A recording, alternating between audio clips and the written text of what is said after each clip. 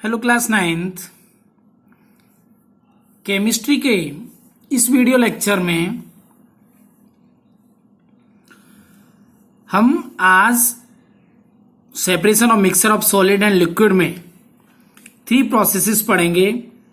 Bye crystallisation, by chromatography, by distillation. Okay, इससे पहले वाले वीडियो लेक्चर में बाय फिल्ट्रेशन, जिसमें हमने सीखा था किस तरीके से चौक वाटर के मिक्सर से हम चौक को अलग कर सकते हैं, चौक के पार्टिकल्स को। बाय सेंट्रीफ्यूगेशन, जिसमें से क्रीम मिल्क में से कैसे निकाली जाती है। बाय इवेपोरेशन, जिसमें कॉमन सॉल्ट को वाटर से कैसे अलग करते हैं, ये सीखा था। ओके, आज हम बात करेंगे 4th प्रोसेस, वो है बाय क्रिस्टलाइजेशन। ओके, तो first of all you have to know what is crystallisation. Okay, तो the process of cooling a hot concentrated solution of a substance to obtain crystals is called crystallization. Okay, actually क्या होता है, किसी substance के concentrated solution को, concentrated जानते हो ना, जिसमें किसी सब्सटेंस की मात्रा ज्यादा में हो, ठीक है, उसको जब कूल किया जाता है, ठीक है, हॉट कंसंट्रेटेड सॉल्यूशन को जब कूल किया जाता है तो क्रिस्टल्स बनते हैं, और यही प्रोसेस क्या कहलाता है, crystallisation. Crystallisation means making crystals. Okay, और क्रिस्टल्स कैसे बनेंगे, सॉल्यूशन के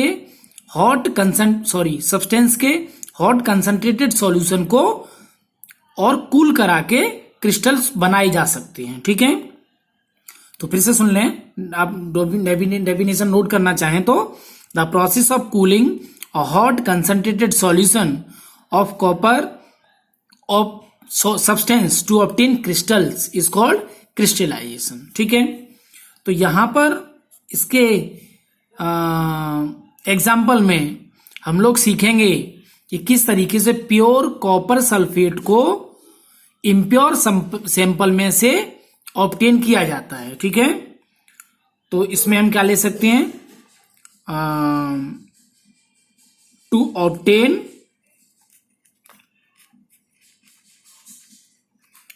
प्योर कॉपर सल्फेट।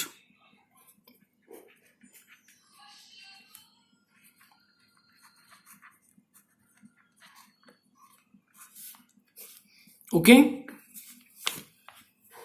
ये एग्जाम्पल बहुत इंपॉर्टेंट है और आपको जनरली पूछे जाएंगे।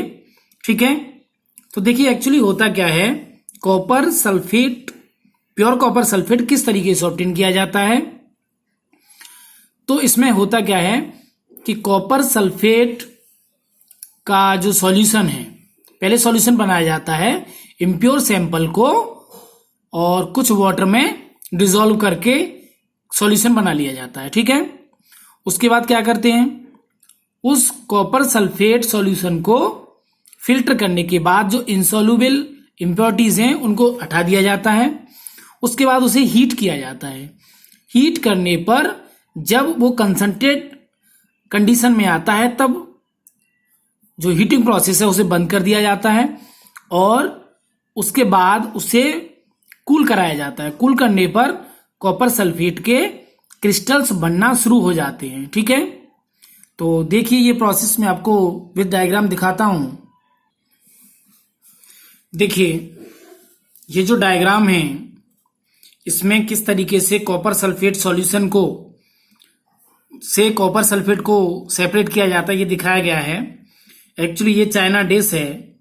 ठीक है, इसमें हमने कॉपर सल्फेट सॉल्यूशन लिया हुआ है, लेकिन कॉपर सल्फेट सॉल्यूशन बनेगा कैसे, जो इम्प्योर सैंपल होगा उसको वाटर में घुल के हम इस तरीके से सॉल्यूशन बना लेंगे। ठीक है, और इसमें से इम्प्योरिटीज को हम फिल्टर करके अलग कर देंगे। ठीक है, उसके बाद क्या करेंगे, यहाँ बॉइलिंग वाटर है, वाटर को हम बॉयल करेंगे कंटिन्यूसली, जिसे स्टीम की हेल्प से इसे हम हीट करेंगे। ठीक है, तो हीट करते टाइम हम क्या करेंगे, एक रॉड लेंगे, ग्लास रॉड, और इस सॉल्यूशन में टाइम टू टाइम डाल के देखेंगे।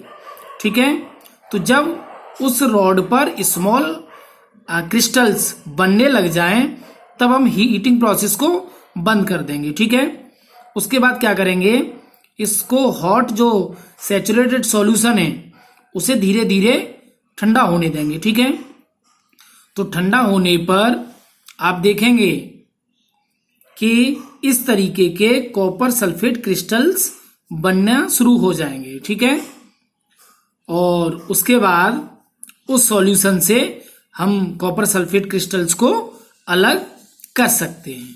ठीक है, तो ये प्रोसेस है जिसके जरिए क्रिस्टलाइजेशन के जरिए हम कॉपर सल्फेट सॉल्यूशन से कॉपर सल्फेट क्रिस्टल्स सेपरेट करते हैं। ओके, चलिए अब हम बात करेंगे। Okay, now we will talk about chromatography. Okay, तो फर्स्ट ऑफ ऑल आप समझ लीजिए what is chromatography. Okay, actually chromatography is a technique of separating two और more dissolved solids which are present in a solution in a very small quantities। Actually ये एक ऐसी technique है जिससे दो या दो से अधिक ऐसे सॉलिड जो डिजोल्व हों, ठीक है, डिजोल्व सॉलिड्स, ठीक है, और बहुत कम क्वांटिटीज में हों, उनको अलग करने की टेक्निक है। ठीक है, तो आपको समझ में आया होगा, chromatography is a technique of separating two और more dissolve solids which are present in a solution in very small quantities. ठीक है, किसी सॉल्यूशन में जब दो या दो से अधिक बहुत कम मात्रा में सॉलिड्स डिजोल्व हों तो उनको अलग करने का जो टेक्निक है वो दैट इज क्रोमेटोग्राफी। ठीक है, तो वैसे तो बहुत सारे टाइप की क्रोमेटोग्राफी है, लेकिन हम यहां पर बात करेंगे पेपर क्रोमेटोग्राफी। ठीक है, पेपर क्रोमेटोग्राफी। ओके, तो अब ये जो सेपरेशन की जो टेक्निक है ये इस फैक्ट पे बेस्ड है कि टू और more substance are solve in water solvent but their solubilities may be different. Actually क्या है, जो भी उसमें जो सॉलिड हैं, जो डिजोल्व हैं, उनकी सॉल्युबिलिटीज में अंतर होगा, तभी ये टेक्निक काम करेगी। ठीक है, तो यहां पर हम एक एग्जांपल ले लेते हैं, बहुत अच्छा एग्जांपल और जनरली पूछा जाता है, separate the dyes present in black ink. ठीक है,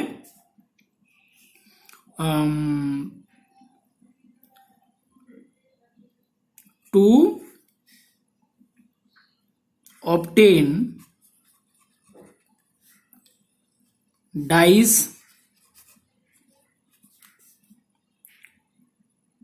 from black ink।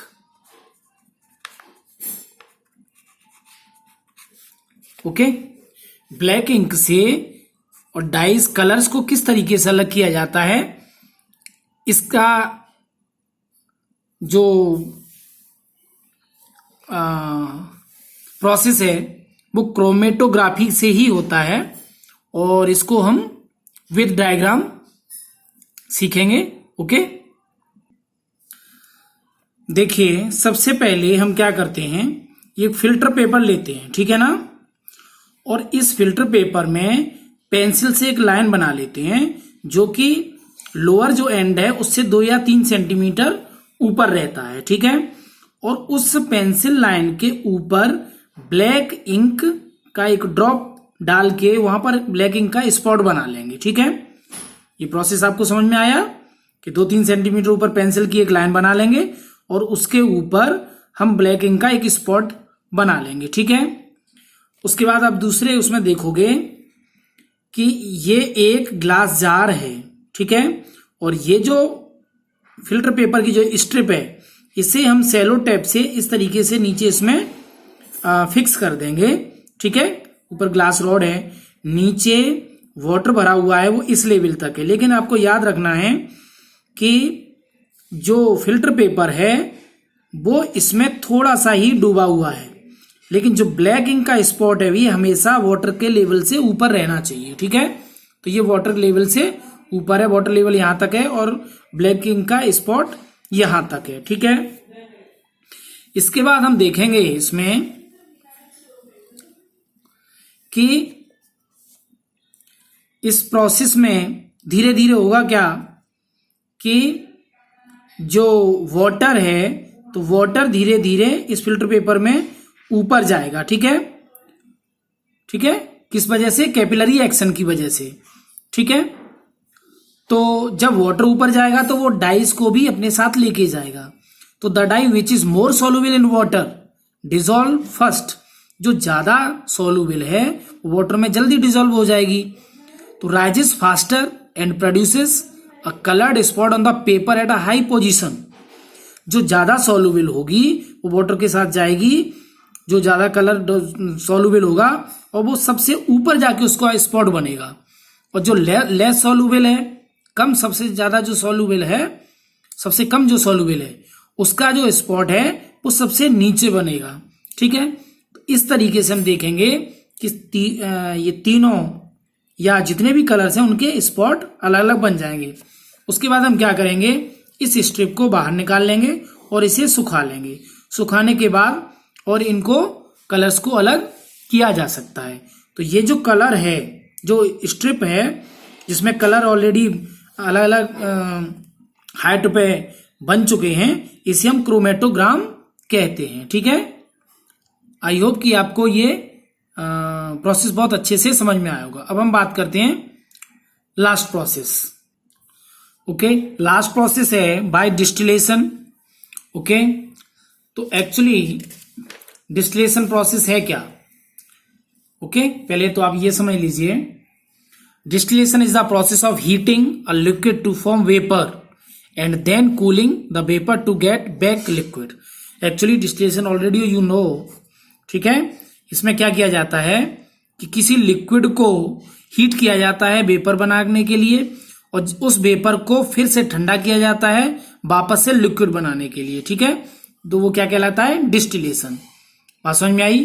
पहले जो लिक्विड है उसे हीट किया जाएगा। ठीक है, हीटिंग करने पर, और फिर वापस से हीट करने पर क्या बन जाएगा? ये वेपर या गैस में कन्वर्ट हो जाएगी, और वापस से फिर जब कूल करेंगे इसे, कूलिंग प्रोसेस, तो वापस से ये लिक्विड बन जाएगा। ठीक है, तो ये प्रोसेस क्या है? ये प्रोसेस है डिस्टिलेशन। ठीक है, तो इसी प्रोसेस का हम यूज करेंगे जैसे सॉल्ट वाटर मिक्सर। ठीक है, सॉल्ट वाटर मिक्सर या सॉल्ट सॉल्यूशन, या हम ये बोल सकते हैं mixer of common salt and water can be separated completely by the process of distillation. Actually हमने यहां पर इवेपोरेशन में भी सीखा था कि कॉमन सॉल्ट और वाटर को अलग किया जा सकता है, लेकिन हमने यहां पर देखा था कि वाटर हमें ऑब्टेन नहीं हो रहा था, हमें सिर्फ कॉमन सॉल्ट ऑब्टेन हो रहा था, क्योंकि वाटर तो इवेपोरेट होके और वेपर बन के चला गया। लेकिन यहां पर हम क्या करेंगे, डिस्टिलेशन हमें दोनों ही जो सब्सटेंसेस है मिल जाएंगे, कॉमन सॉल्ट भी और वाटर भी। ठीक है, तो डिस्टिलेशन का प्रोसेस क्या है इसे मैं विद डायग्राम आपको समझाता हूं। ओके, देखिए इस प्रोसेस में हम क्या करेंगे कि यहां पर ये ट्राइपॉड स्टैंड है, बर्नर है, बर्नर की हेल्प से हम इसे हीट करेंगे। लेकिन यहां पर जो डिस्टिलेशन फ्लास्क है उसके अंदर सॉल्ट एंड वाटर मिक्सर भरा हुआ है। ठीक है, इसे हम हीट करेंगे। यहां पर एक थर्मामीटर भी आप देख रहे हो। एक्चुअली थर्मामीटर इसलिए लगाया गया है कि हमें टेम्परेचर पता चलता रहे, कि टेम्परेचर ज्यादा ना होने पाए।